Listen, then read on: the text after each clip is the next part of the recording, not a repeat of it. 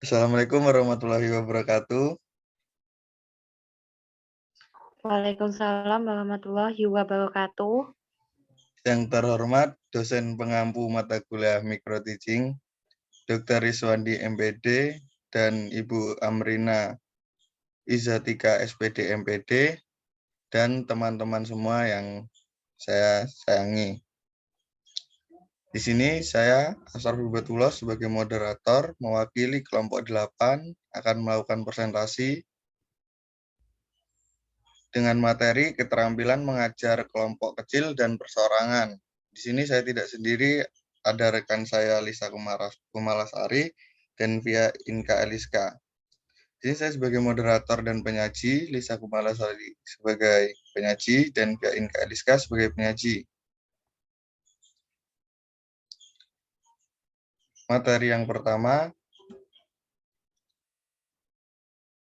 akan saya bawakan keterampilan mengajar kelompok kecil dan perseorangan.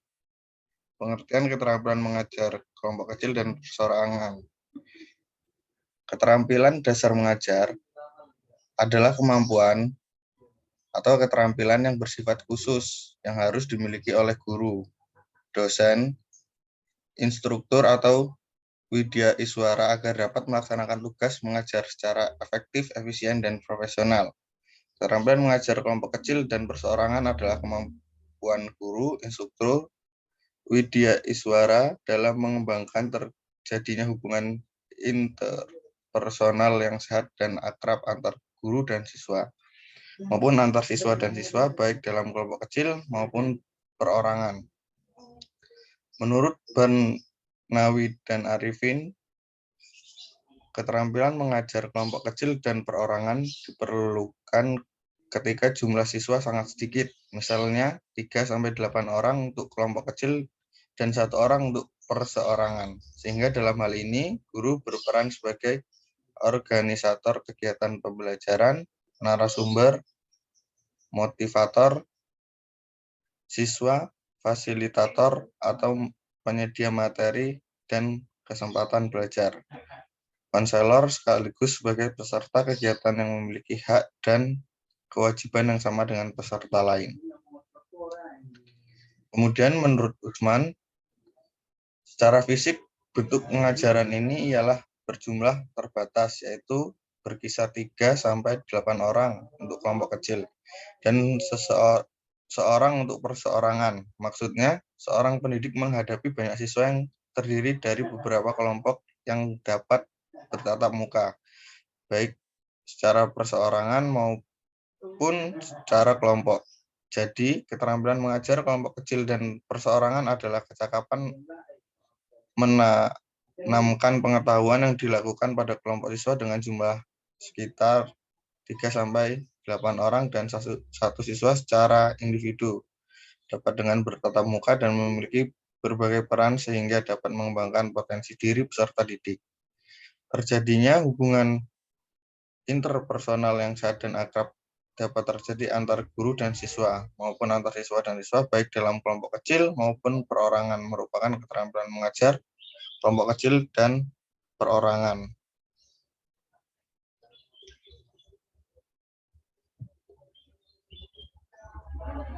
Kemudian yang selanjutnya akan dibawakan oleh Saudari Lisa. Pada Saudari Lisa dipersilakan.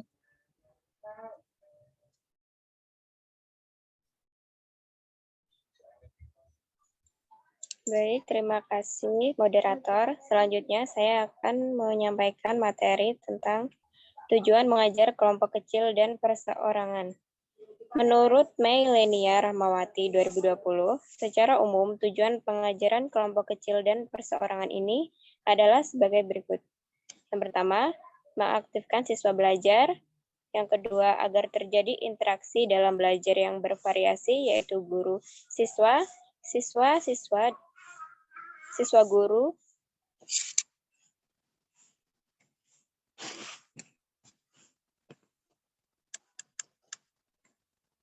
dan seterusnya.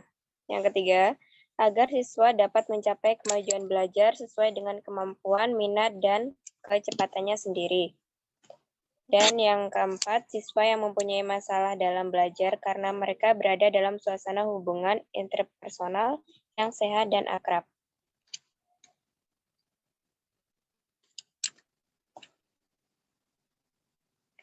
Adapun tujuan dari keterampilan mengajar kelompok kecil menurut Meilenia Rahmawati 2020 antara lain meningkatkan kualitas pembelajaran melalui dinamika kelompok, memberi kesempatan memecahkan masalah untuk berlatih memecahkan masalah dengan cara hidup secara rasional dan demokratis, memberi kesempatan kepada peserta didik untuk mengembangkan sikap sosial dan semangat gotong royong, penggunaan dalam kelas, dan variasi pengorganisasian.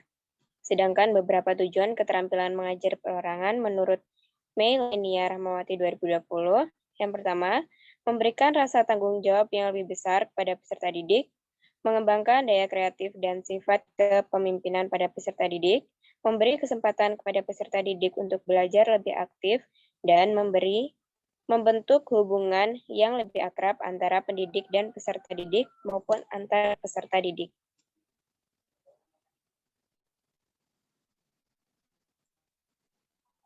Selanjutnya, peran guru dalam mengajar kelompok kecil dan perseorangan.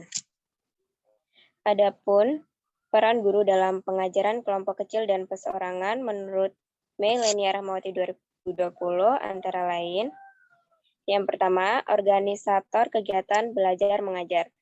Dalam pengorganisasian ini, yang paling utama adalah mengatur siswa dan memberikan tanggung jawab kepadanya untuk melaksanakan tugas yang diberikan oleh guru, misalnya cara siswa melakukan kegiatan mengatur lingkungan belajar, ataupun mengoptimalkan sumber belajar untuk mencapai tujuan pembelajaran. Yang kedua, sumber informasi atau narasumber bagi siswa. Guru adalah salah satu sumber informasi bagi siswa, baik informasi mengenai langkah-langkah pelaksanaan tugas maupun informasi lainnya yang diperlukan oleh siswa. Yang ketiga, motivator bagi siswa untuk belajar. Guru memberikan dorongan berupa motivasi agar siswa mau belajar.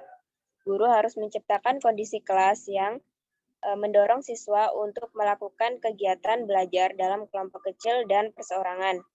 Yang keempat, penyedia materi dan kesempatan belajar atau fasilitator bagi siswa.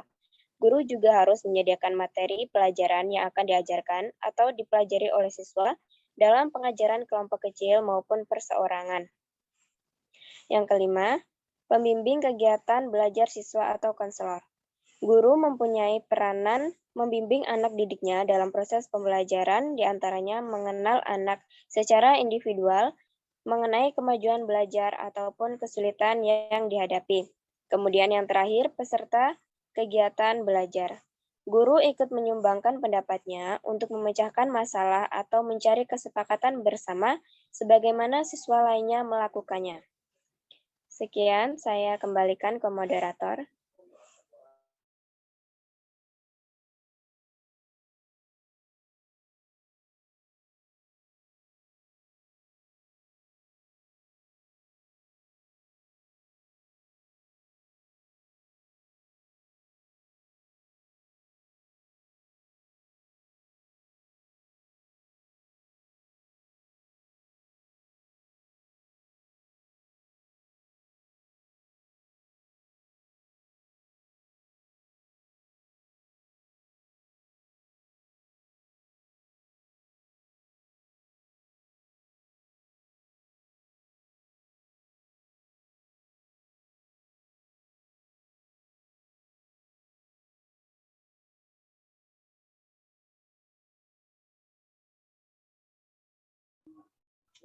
Terima kasih kepada Saudari Lisa.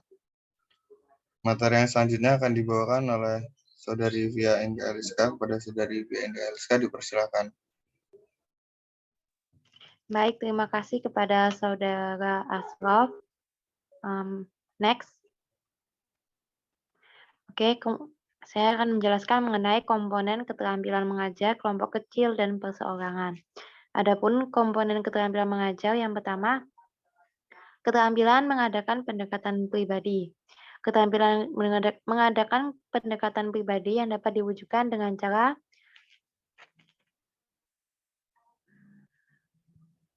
menunjukkan kehangatan dan kepekaan terhadap kebutuhan dan perilaku siswa. Yang kedua, mendengarkan dengan penuh rasa simpati gagasan yang dikemukakan oleh siswa. Yang ketiga, merespon secara positif pendapat siswa. Yang kedua yaitu keterampilan mengorganisasikan kegiatan pembelajaran. Keterampilan mengorganisasikan kegiatan pembelajaran dapat diwujudkan dengan cara yang pertama, memberikan orientasi umum tentang tujuan, tugas, dan cara mengerjakannya. Yang kedua, memvariasikan kegiatan untuk mencegah timbulnya kebosanan siswa dalam belajar. Yang ketiga, membentuk kelompok yang tepat. Keterampilan yang ketiga yaitu membimbing dan memberi kemudahan belajar. Membimbing dan memberi kemudahan belajar dapat diwujudkan dengan cara memberi penguatan secara tepat, melaksanakan supervisi proses awal, melaksanakan supervisi proses lanjut, dan melaksanakan supervisi pemaduan. Yang keempat, ada keterampilan merancang dan melaksanakan kegiatan pembelajaran. Keterampilan merancang dan melaksanakan kegiatan pembelajaran dapat diwujudkan dengan cara membantu siswa menetapkan tujuan belajar, merancang kegiatan belajar, dan bertindak sebagai penasihat siswa. Selanjutnya, menurut Ali Sodikin dan Nasrul Hakim, tahun 2017 halaman 98 dalam Mailenia Rahmawati tahun 2020, sebelum keterampilan dasar yang sudah disebutkan di atas, guru juga harus terlebih dahulu menguasai keterampilan bertanya, memberi penguatan, mengadakan variasi, dan juga menjelaskan. Dengan demikian, keterampilan mengajar serta membimbing kelompok kecil dan perseorangan merupakan keterampilan yang kompleks. Next.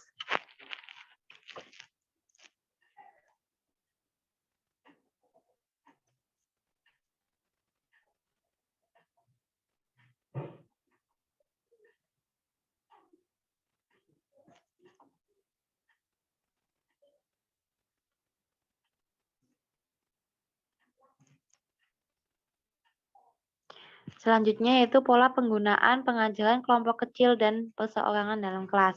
Ada 4 pola pengorganisasian yang bervariasi dalam melaksanakan pengajaran kelompok kecil dan perseorangan menurut Mailenia Rahmawati tahun 2020. Antara lain yaitu pertama, kelas besar, ke kelompok kecil dan perseorangan, lalu menuju kelas besar. Dalam pola ini, kegiatan belajar di kelas dimulai dengan pertemuan klasikal atau kelas besar untuk memberikan informasi umum yang diperlukan siswa untuk kegiatan belajar mengajar. Yang kedua ada kelas besar, lalu menuju kelompok kecil dan kelompok kecil, dan menuju kelas besar. Nah, dalam pola ini, siswa mengikuti penjelasan secara klasikal mengenai pokok-pokok bahasan yang akan dipelajari, tugas-tugas yang akan dikerjakan, serta langkah-langkah melaksanakan tugas. Lalu, siswa bekerja dalam kelompok kecil dalam mengerjakan tugasnya yang diberikan oleh guru dan kemudian siswa diminta melaporkan hasilnya yang diperoleh dari pengetahuan dalam kelompok kecil dalam kelas. Yang ketiga yaitu kelas besar menuju perseorangan, menuju kelompok kecil dan menuju kelas besar kembali. Dari dalam pola ini, penjelasan umum mengenai materi pelajaran yang akan dipelajari serta tugas-tugas yang akan dikerjakan oleh siswa. Setelah mengikuti penjelasan umum, siswa mengerjakan tugas-tugas yang diberikan oleh guru secara perseorangan. Kemudian siswa diminta bergabung dalam kelompok kecil dan membahas hasilnya yang diperoleh secara bekerja kelompok dan didiskusikan dalam kelompok kecil tersebut. Yang keempat yaitu ada kelas besar menuju perseorangan dan perseorangan menuju kelas besar. Jadi dalam proses ini, pemberian penjelasan umum kepada siswa mengenai materi yang akan dipelajari, serta tugas-tugas yang akan dikerjakan oleh siswa, dan siswa diminta perseorangan untuk melaksanakan tugas yang diberikan oleh guru, dan siswa diminta melaporkannya di kelas secara klasikal atau secara kelas besar. Cukup sekian yang dapat saya sampaikan, saya kembalikan ke moderator.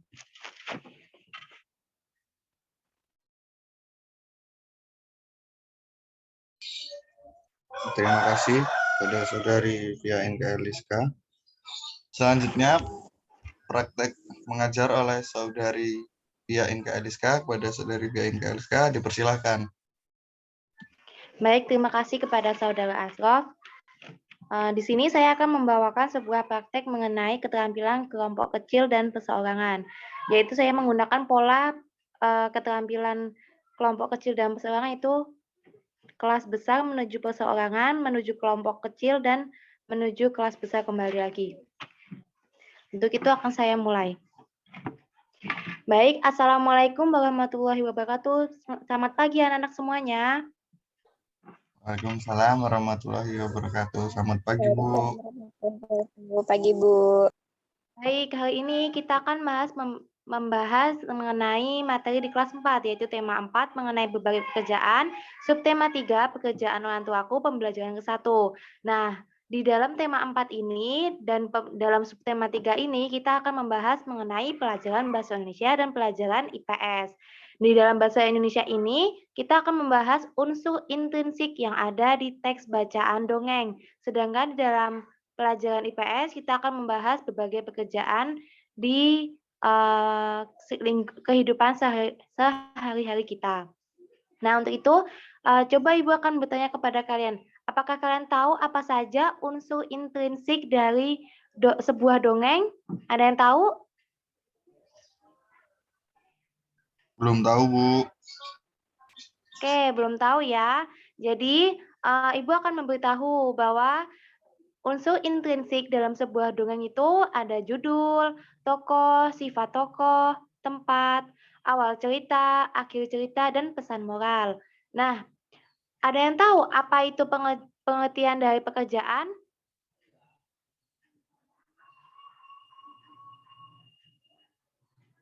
Belum tahu ya, jadi pekerjaan itu merupakan hubungan yang melibatkan dua pihak antara perusahaan dengan para pekerjanya. Nah, Ibu minta contoh kepada kalian, coba kepada Lisa, apa pekerjaan ayah Lisa? Coba sebutkan Lisa. Petani, Bu. Petani. Kalau Asaf apa? Ayahnya bekerja sebagai apa? Bekerja sebagai petani, Bu. Oke, petani juga. Oh, semuanya petani ya? Nggak ada yang jadi polisi, bidan, atau ibu dokter gitu ya? Nggak ada, Bu. Belum, Bu. Oh, belum. Oh, berarti orang tuanya mau jadi gitu ya. Yaudah, selanjutnya silakan kalian buka buku temanya, yaitu ada bacaan dongeng mengenai tupai dan ikan gabus. Nah, di situ terdapat peta pikiran yang harus kalian isi. Sebelum kalian isi, silakan kalian bagi kelompok. Masing-masing kelompok terdiri dari 4 anggota. Silakan dibagi kelompoknya. Nah, setelah kalian sudah membagi kelompoknya, dari peta pikiran tersebut ada macam-macam unsur intrinsik dalam sebuah dongeng. Nah, misalkan di situ unsur intrinsiknya yaitu judul. Apa judul dari dongeng tersebut? Yaitu judulnya Tupai dan Ikan Gabus. Gabus. Nah, ya, untuk tokohnya siapa coba?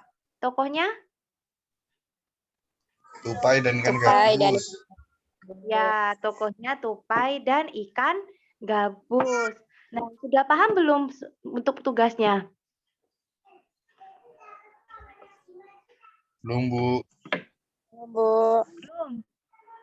Belum. Jadi, tugasnya itu selanjutnya kalian itu berkelompok kan terdiri dari 4 anggota.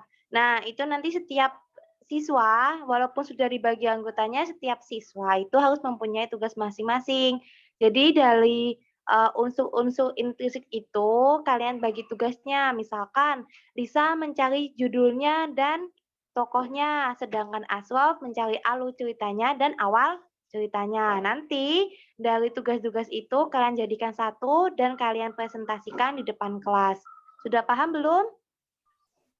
Sudah, Bu. Baik. Oke, setelah itu silakan kalian kerjakan diskusi bersama kelompok. Nah, dalam diskusi kelompok ini, pendidik mengelilingi siswa dan mengecek satu persatu setiap kelompok untuk hasil diskusinya dan tanyakan apabila ada kesulitan. Selanjutnya yaitu siswa mempresentasikan hasilnya di depan kelas secara berkelompok dan mengevaluasi secara bersama-sama. Cukup sekian praktek dari saya. Terima kasih, saya kembalikan ke moderator. Terima kasih kepada Saudari Pia Enggaliska. Sekian presentasi dari kelompok 5. Kurang dan lebihnya kami mohon maaf. Jika ada yang ingin bertanya, silakan bertanya pada kolom komentar. Terima kasih. Saya akhiri. Wassalamualaikum warahmatullahi wabarakatuh.